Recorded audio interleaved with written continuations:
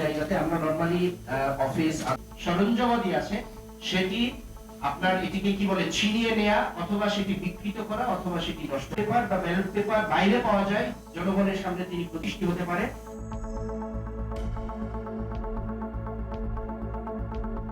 ওনারা মনোনয়নপত্র গতকালকে প্রত্যাহার করেছেন।